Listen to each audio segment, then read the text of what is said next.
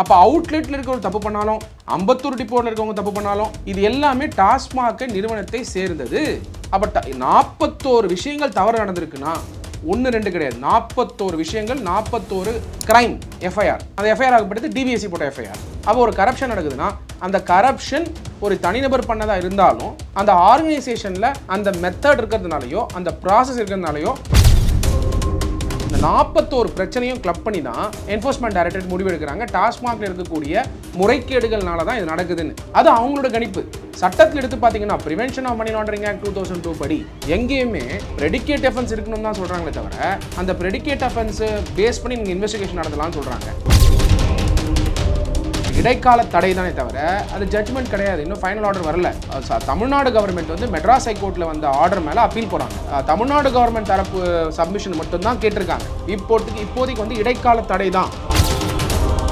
Predicate அஃபென்ஸாக இருந்ததுனால தான் enforcement directorate டாஸ்மாகை போய் ரைட் பண்ணுறாங்க. நீங்கள் தமிழ் டாஸ்மாகில் ஊழல் நடக்குதுங்கிறது என்ஃபோர்ஸ்மெண்ட் டைரக்டரேட்டுக்கு தான் தெரியுமா, இல்லை சாமானிய மனிதர்களுக்கு தெரியுமா, உங்களை மாதிரி ஆங்கர்ஸு இந்த மாதிரி இருக்கக்கூடிய எக்ஸ்பர்ட்ஸ் தான் தெரியுமா? நீங்களே சொல்லுங்கள். 10 ரூபா ஒரு பாட்டில் மேலே வாங்குறது மது அருந்தக்கூடிய எல்லாருக்குமே தெரியும். 2005 தான் வருது. அப்போ UPA 1ல் வருது. அந்த UPA 1ல் யாரெல்லாம் மந்திரியா இருந்தா, யார் லா மினிஸ்டரா இருந்தா, இன்னைக்கு ஆர்கியூ பண்ணக்கூடிய பல பேர் வந்து அன்னைக்கு வந்து சப்போர்ட் பண்ணிட்டு இருந்திருக்காங்க. தமிழ்நாடு கவர்மெண்ட் அன்னைக்கே ஃபெடரலிசம் அஃபெக்ட் ஆகும்னு தெரியுமா வேணாமா? ஆட்சியில் இருக்கும்போது ஃபெடரலிசம் அஃபெக்ட் ஆகலாம். ஆனால் ஆட்சியிலேருந்து வெளில வந்ததுக்கு அப்புறம் ஃபெடரலிசமை கோட் பண்ணி அதுவும் இன்வெஸ்டிகேஷனை வந்து தடை பண்ணுறதுக்கு வந்து நீங்கள் சப்மிஷன் கொடுக்குறீங்க. தனி மனித சுதந்திரத்திற்கு இடையூறு விதிக்கிற மாதிரியான விஷயங்கள் இருக்கு. இது எப்படி தனி மனிதனுடைய சுதந்திரம்? ஒரு கவர்மெண்ட் எம்ப்ளாயினா யாருங்க? தனி மனிதனோட சுதந்திரம்னா நீங்கள் 2 ஃபோன் வச்சுருக்கீங்களா? உங்களோட ப்ரைவேட் மேட்டர்ஸ்க்கு வந்து ஒரு ஃபோனும் பப்ளிக் மேட்டர்ஸ்க்கு ஒரு ஃபோன் வச்சுருக்கீங்களா?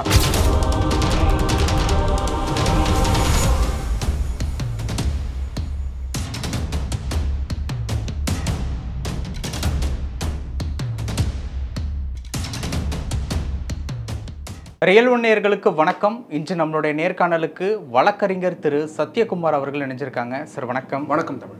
எப்படி சார் இருக்கீங்க? நல்லா இருக்கேன். சுப்ரீம் கோர்ட்லேருந்து ஒரு பரபரப்பான ஒரு ஸ்டே ஆர்டர் வந்திருக்கு. அதை உங்களுக்கு நான் ஃபஸ்ட்டு படித்து காட்டிடுறேன். அனைத்து எல்லைகளையும் மீறிவிட்டது அமலாக்கத்துறை. டாஸ்மாக் நிறுவன அதிகாரிகளின் செல்போன் தகவல்கள் நகல் எடுக்கப்பட்டுள்ளது. ரூபாய் 1000 கோடி ஊழல் என அமலாக்கத்துறை கூறுகிறது. அதன் மூல வழக்கு எங்கே என உச்சநீதிமன்றம் கேள்வி. ஏற்கனவே லஞ்ச ஒழிப்புத்துறை விசாரித்து வரும்போது அமலாக்கத்துறை ஏன் தலையிடுகிறது? தனிநபர்கள் செய்த விதிமீறலுக்காக ஒரு நிர்வாகத்தின் மீது நடவடிக்கை எடுப்பதா? உச்சநீதிமன்ற தலைமை நீதிபதி கவாய் கேள்வி எழுப்பியுள்ளார். இப்போ என்னோட இதில் முதல் கேள்வி என்னன்னா, தனி மனிதர்கள் எல்லாரும் சேர்ந்தது தானே ஒரு நிறுவனம், ஒரு ஆர்கனைசேஷனாக மாறுது.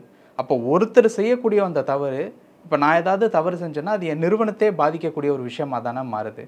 இதில் என்ன அப்படிங்கிறது தான் என்னுடைய முதல் கேள்வியாக இருக்குது. அதுலேருந்தே நேர்காணல் ஸ்டார்ட் பண்ணலான்னு நினைக்கிறேன்.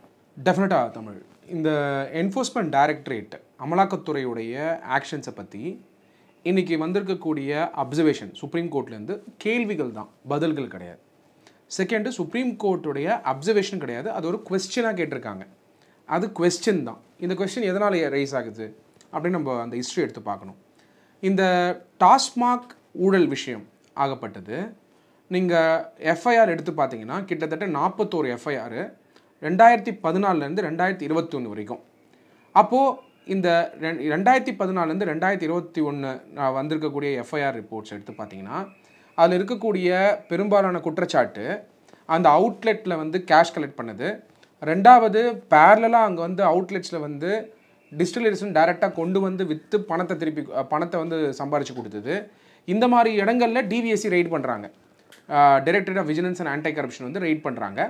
அண்ட் எந்த ஆளுங்கட்சியாக இருந்தாலுமே டிவிஎஸ்சி பொறுத்த வரைக்கும் அவங்க ரெய்டு பண்ணி அந்த கேஸை ரெஜிஸ்டர் பண்ணுறாங்க.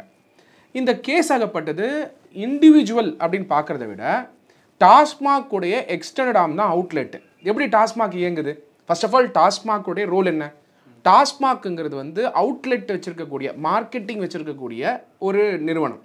இது ப்ரொஹிபிஷன் டிபார்ட்மெண்ட் கீழே வருது. இப்போ உடனே கேட்பீங்க, ப்ரொஹிபிஷன் டிபார்ட்மெண்ட்குள்ளே லிக்கரை ப்ரொமோட் பண்ணுறாங்களேன்னு. ப்ரொஹிபிஷன் பண்ணுன்றது தான் directive principles of state policy. டிபிஎஸ்பியில், கான்ஸ்டியூஷன் ஆஃப் இந்தியாவில் டிபிஎஸ்பியில் இருக்கக்கூடியது ப்ரொஹிபிஷன் ஆஃப் இன்டாக்சிகேஷன்.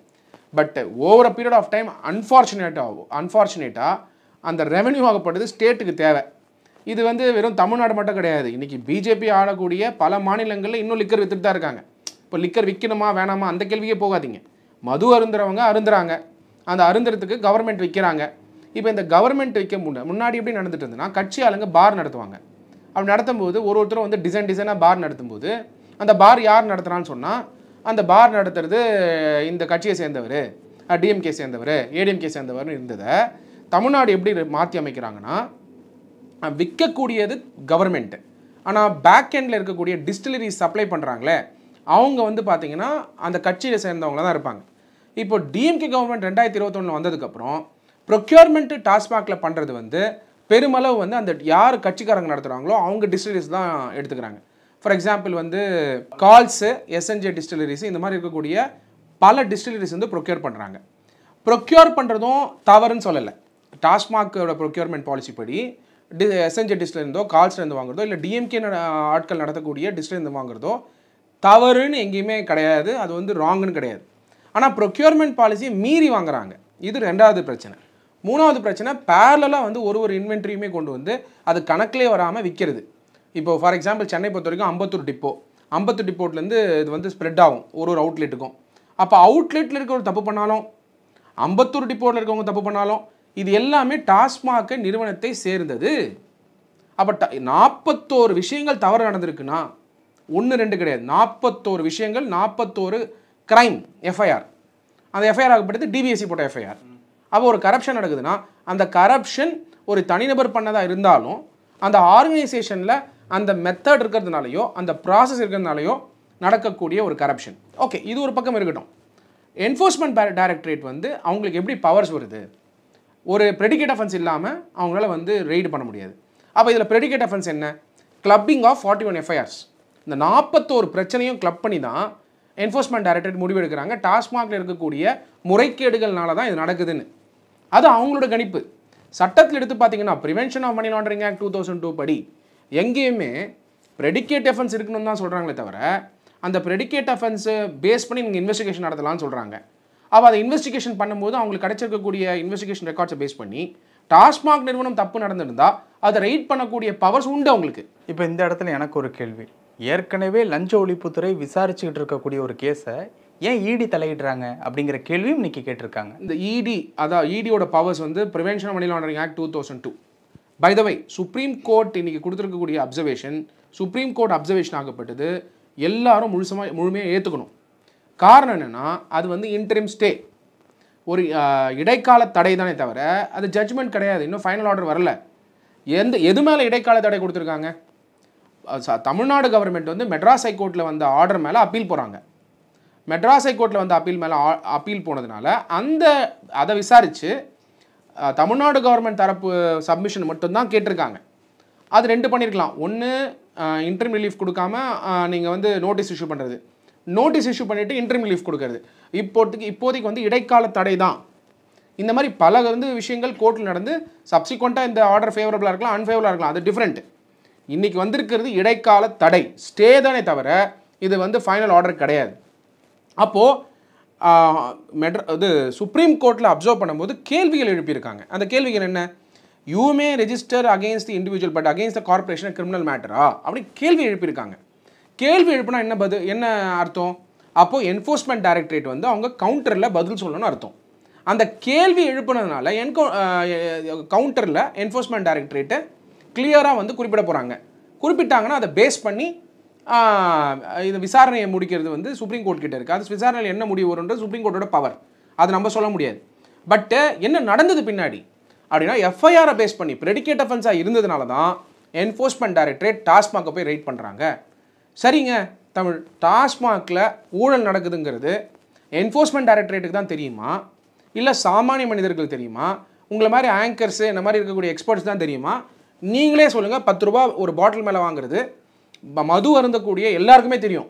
பட் எல்லாருக்குமே தெரியும் அப்படிங்கிறதுனாலும் சட்டத்துக்கு முன்னாடி நிற்கும் போது ப்ரூஃப் என்ன அப்படிங்கிறதான பேசிக்கான ப்ரூஃப் என்ன கொஸ்டின். இப்போ நீங்கள் அஃபென்ஸ் ஆஃப் மணி லாண்டரிங் பொறுத்த வரைக்கும் எஃப்ஐஆர் 1 ஸ்டார்ட் ஆகலாம், ஆனால் அதோடைய பர்வேசிவ் எஃபெக்ட் இருக்குல்ல, பர்வேசிவ்னஸ்ன்னு சொல்லுவோம் லாவில், மெட்டீரியாலிட்டி அண்ட் பர்வேசிவ்னஸ்.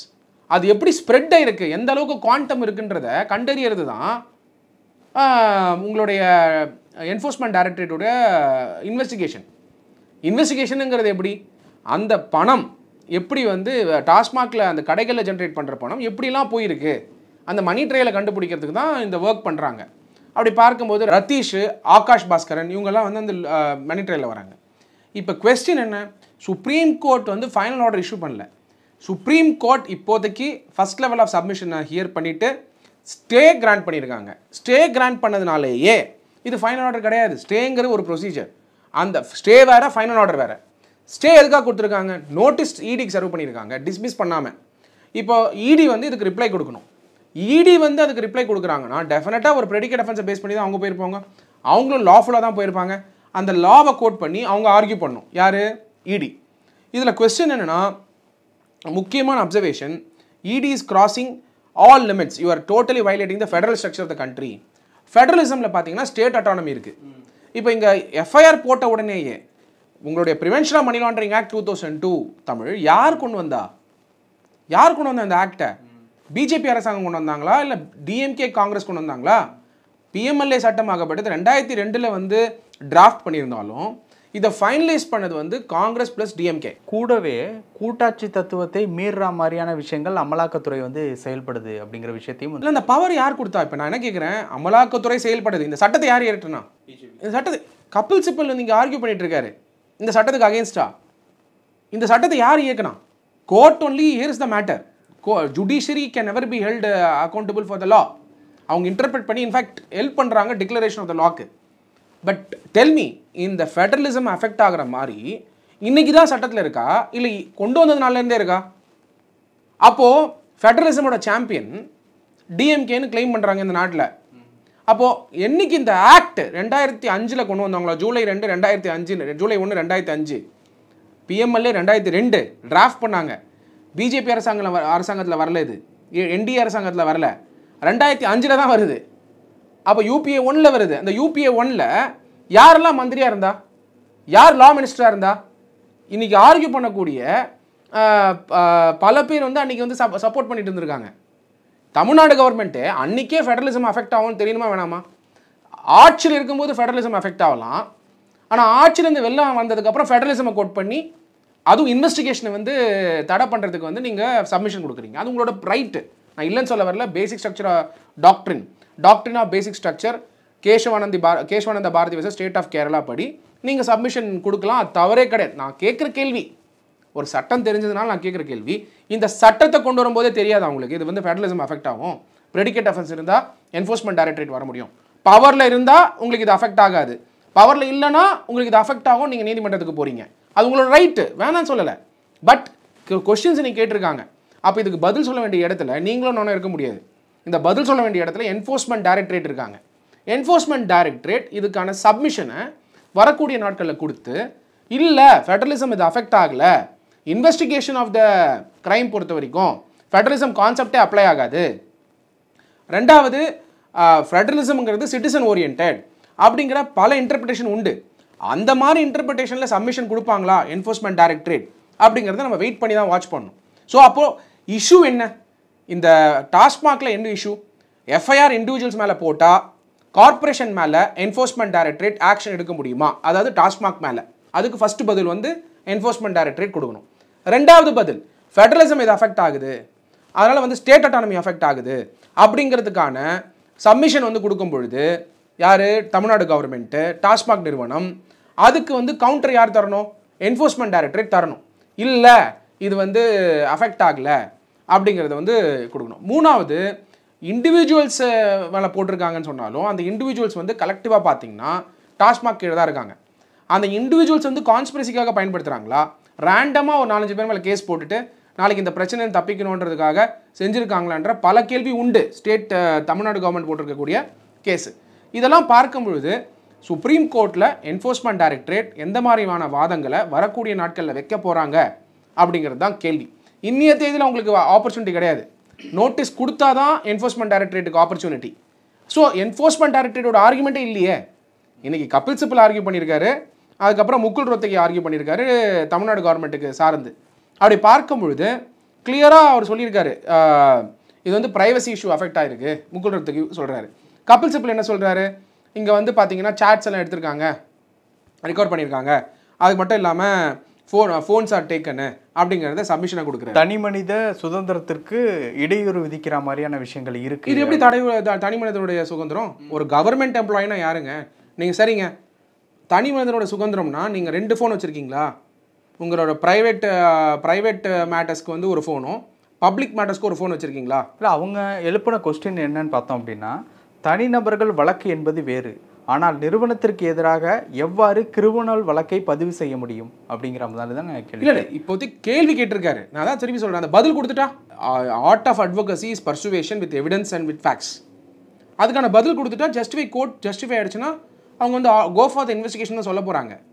இதே மாதிரி ஒரு இஷ்யூ தானே இப்போ மெட்ராஸ் ஹைகோர்ட்டில் ஃபஸ்ட்டு டாஸ்மாக் பெட்டிஷன் போடும்போது கேள்விகள் எழுப்பினாங்க. சப்சிக்வெண்ட்டாக அதே மெட்ராஸ் ஹைகோர்ட்டில் கடைசியாக ஆர்டர் வரும்போது டிஸ்மிஸ் பண்ணாங்க டாஸ்மாக்து. ஸோ அதனால் ஒரு சில இது வச்சுக்கிட்டு இது வந்து ஃபேவரபுளாக இருக்குது இல்லைன்ற ஆர்குமெண்ட்டே தவறு. இது வந்து first step in petition. Submission வருது, ஆர்கியூ பண்ணுறாங்க, நோட்டீஸ் இஷ்யூ பண்ணியிருக்காங்க, ஸ்டேவோட இன்ட்ரீம் ரிலீஃப் கொடுத்துருக்காங்களே தவிர இப்போ இது கிடையாது, ஃபைனல் ஆர்டர் போடல. ஃபைனல் ஆர்டர் போகிறதுக்கு முன்னாடி யார் வந்து ஆர்கியூ பண்ணணும்? என்ஃபோர்ஸ்மெண்ட் டைரக்டர் ஆர்கியூ பண்ணணும். டெஃபினட்டாக என்ஃபோர்ஸ்மெண்ட் டைரக்டரேட் ஆர்கியூ பண்ணுவாங்க. எது மேலே இசிஐஆர் போட்டிருக்காங்கன்னு பார்ப்பாங்க. சட்டம் அவங்ககிட்டையும் இருக்குது, ப்ரிவென்ஷன் மணி லாண்டரிங் ஆக்ட். அவங்களுக்கும் தெரியும் இது வந்து ஃபெடரலிசம் அஃபெக்ட் ஆகலைன்னு. அவங்க வந்து ஃபெடரலிசம் அஃபெக்ட் ஆகலைங்கிற ஆர்குமெண்ட் வைப்பாங்க. இல்லாட்டி ஃபெடரலிசம் ஆகப்பட்டது இன்வெஸ்டிகேஷனுக்கும் அஃபென்ஸுக்குமே அது அப்ளிகபிள் ஆகாதுன்னு சொல்லுவாங்க.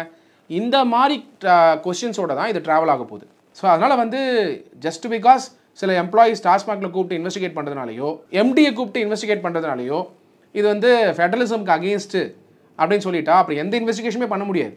சிபிஐயும் வர முடியாது. நீங்கள் என்ஃபோர்ஸ்மெண்ட் டைரக்டரேட் வந்தாலும் நீங்கள் வந்து வரக்கூடாதுன்னு சொல்லி ஃபெடரலிசம் அஃபெக்ட் ஆகுன்னு சொன்னால் அப்போ இன்கம் டேக்ஸ் நாளை வரக்கூடாதா? ஜிஎஸ்டி சிஜிஎஸ்டி வரக்கூடாதா? அப்போ இது எப்படி கொஸ்டினாக இருக்கும்? ஸோ சுப்ரீம் கோர்ட் அப்சர்வேஷன் கொடுத்துருக்காங்க. சுப்ரீம் கோர்ட் ஃபர்தராக வந்து நீங்கள் வந்து என்ஃபோர்ஸ்மெண்ட் டைரக்டரேட் கவுண்டர் போட்டால் அதை ஹியர் பண்ணி தான் அவங்க ஆர்டர் பாஸ் பண்ணுவாங்க. So supreme court has given only an observation. Don't take it as a law as of now. Don't take it as a final order. It's an interim protection. அவ்வளோதான். Okay, இந்த கேஸை பொறுத்த வரைக்கும் அந்த ரத்தீஷ், ஆகாஷ் பாஸ்கர் 2 பேருமே இப்போ வந்து தலைமறைவாக தான் இருக்காங்க. இப்போ ஸ்டே ஆர்டர் வேற கொடுத்துருக்காங்க.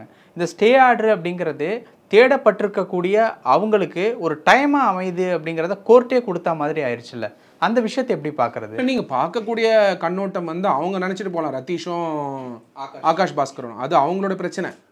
கோர்ட் பொறுத்த வரைக்கும் பிரின்சிபல்ஸ் ஆஃப் லா ஃபாலோ பண்ணியிருக்காங்களா, due process of law follow பண்ணியிருக்காங்களா, procedure prescribe by law follow பண்ணியிருக்காங்களா as per the constitution of India, அதுதான் கோர்ட் பார்க்குறாங்க. ஒரு தனிநபர் என்னத்தை பார்க்குறான்னு பார்த்தலாம் கோர்ட் வந்து என்றைக்குமே வந்து முடிவெடுக்கிறது. இது லார்ஜர் கொஸ்டின் ஆஃப் லாவில் தான் சுப்ரீம் கோர்ட்லேயே ஆர்கியூ பண்ணுறாங்க. அதனால் நீங்கள் வந்து ரித்தீஷ்காகவோ ஆகாஷ் பாஸ்கரனுக்காகவோ இதெல்லாம் வந்து நடக்கலை. லார்ஜர் கொஸ்டின் என்ன, இது ஃபெடரலிசம் அஃபெக்ட் ஆயிருக்கா, தனிநபர் மேலே போட்டிருக்க எஃப்ஐஆர்னால டாஸ்மாக் நிறுவனம் ரெய்ட் நடத்தலாமா நடத்தக்கூடாதா, மூணாவது வந்து ப்ரிவென்ஷன் மணி லாண்டரிங் ஆக்டில் என்ன சொல்லப்பட்டிருக்கு, கான்ஸ்டியூஷன் ஆஃப் இந்தியாவில் ஆர்டிகல் 20, 21, 22 என்ன சொல்லப்பட்டிருக்கு லிபர்ட்டிக்காக கொடுக்கக்கூடிய ப்ரொவிஷனில், இதை பேஸ் பண்ணி தான் இந்த கேஸ் நகரமே தவிர ரத்தீஷ்காகவோ ஆகாஷ் பாஸ்கரனுக்காகவோ இந்த கேஸ் நகராது. ரெண்டாவது, ரத்தீஷ் ஆகாஷ் பாஸ்கரன் இன்னைக்கு இன்வெஸ்டிகேஷன் தளத்தில் இதில் வந்திருக்காங்க, அவங்க சர்க்கிளில் வந்திருக்காங்க. ஃபர்தர் இன்வெஸ்டிகேஷன் நடக்குமா நடக்காதா இதெல்லாமே டிசைட் பண்ண வேண்டிய இடத்துல சுப்ரீம் கோர்ட் தான் இருக்காங்க, நம்ம புரிஞ்சுக்கணும். ஓகே, இதுக்கு அடுத்து அப்பாற்பட்டு ஒரு சில விஷயங்கள், அதாவது வந்து கோர்ட்டு அண்ட் லா, அது இல்லாமல் ஒரு சாதாரண ஒரு தனி மனிதராக இருந்து பார்க்கும்போது சில கேள்விகள் வந்து வருது. அதில் உங்களுடைய கருத்துக்களை நீங்கள் வந்து பதிவு பண்ணுங்கள். இப்போது சிஎம் வந்து நிதி ஆயோக் கூட்டத்திற்காக வந்து டெல்லி வந்து போயிருக்காரு. நேற்று வந்து இந்த ரத்தீஷ் ஆகாஷ் பாஸ்கரனுடைய பணம் வந்து படங்கள், அதாவது சினிமா எடுக்கிறதுக்காக சிவகார்த்திகேயன், தனுஷ், சிம்பு இவங்களுக்கு வந்து அட்வான்ஸாக சில கோடிகள் வந்து கொடுத்துருக்காங்க. அவங்க வீட்டுக்கு மீடி ரைடு போகணுன்ட்டு வந்து சம்மன் அனுப்பியிருக்கதா செய்திகள்லாம் வந்தது. மொத்த புள்ளியும் வச்சு இணைச்சு பார்க்கும்போது எல்லாருமே வந்து பெரிய தலைகள். அடுத்து இவங்களை நெருங்கணும் அப்படிங்கிற நேரத்தில் இந்த மாதிரியான ஸ்டே ஆர்டர் வந்திருக்குது அப்படிங்கிறது ஏதோ ஒரு அதிகார அழுத்தத்தின் பெயரில் தான் இந்த மாதிரி வந்திருக்கு. அவங்கக்கிட்ட நெருங்கக்கூடாது அப்படிங்கிறதுக்காக தான் இந்த மாதிரியான ஸ்டே ஆர்டர் கொடுத்துருக்காங்க அப்படிங்கிறத சில கணிப்புகளின் மூலியமாக அந்த கேள்விகள் வந்து வருது. அதற்கு உங்களுடைய கருத்து? நீதிமன்றம் பொறுத்த வரைக்கும் என்றைக்குமே வந்து உள்நோக்கம் சொல்லக்கூடாது. நீதிமன்றத்தோட ஆர்டர் அது வந்து இன்டர்பிரட் பண்ணக்கூடாது. யாருமே அதுக்கான உள்நோக்கம் சொல்லக்கூடாது. நீதிமன்றம் on principles of law Supreme Court on the principles of law, on the procedure established by law, and the due process of law follow பண்ணி இந்த அப்சர்வேஷன்ஸை கொடுத்துருக்காங்க. அதனால் நீதிமன்றத்தை ரெஸ்பெக்ட் பண்ணி தான் ஆகணும். இப்போ நீதிமன்றம் வந்து உங்களுக்கு பிடிச்ச மாதிரி ஜட்மெண்ட் கொடுக்கலாம், கொடுக்காம போகலாம். அதனால் நீங்கள் வந்து அதை விமர்சிக்கணும்னு கூட உங்களுக்கு ரைட்ஸ் கிடையாது. யாருமே விமர்சிக்கக்கூடாது. Judgement of the supreme court is the law of the country. As of now supreme court வந்து இன்ட்ரீம் ஸ்டே கிராண்ட் பண்ணி ப்ரொடெக்ஷன் கொடுத்துருக்காங்க. அதாவது இடைக்கால தடை எதுக்கு? இன்வெஸ்டிகேஷனுக்கு, அதாவது டாஸ்மாகோட ஆக்ஷன்ஸ்க்கு, டாஸ்மாக் மேலே எடுக்கக்கூடிய இடி ஆக்ஷன்ஸ்க்கு தடை. அது என்ன மாதிரி ஆக்ஷன்? சமன்ஸ் கொடுக்கறதா இருக்கலாம், இன்வெஸ்டிகேஷன் பண்ணுறதா இருக்கலாம், ரெய்ட் நடத்துறதா இருக்கலாம். இப்போதைக்கு தடை.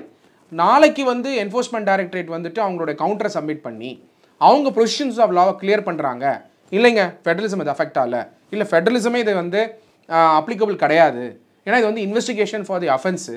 இண்டிவிஜுவல்ஸ் மேலே போட்டிருக்க எஃப்ஐஆர் வந்து it's a group of FIR combine பண்ணும்போது டாஸ்மாகோட முறைகேடுகள் தெரியுது, அதனால் இந்த எஃப்ஐஆர்ஸ் வந்து ஒரு பேஸாக இருக்குது அப்படிங்கிற சட்டங்களையும் ஃபேக்ட்ஸையும் எடுத்து உடைக்கும் போது டெஃபினட்டாக சுப்ரீம் கோர்ட்டை வந்து அவங்களுடைய பவரை பேஸ் பண்ணி என்ன டிசைட் பண்ணுமோ அதை டிசைட் பண்ணுவாங்க. அதனால் இது என்றைக்குமே வந்து சுப்ரீம் கோர்ட் ஆர்டரை பொறுத்த வரைக்கும் we have to respect, we have to honour.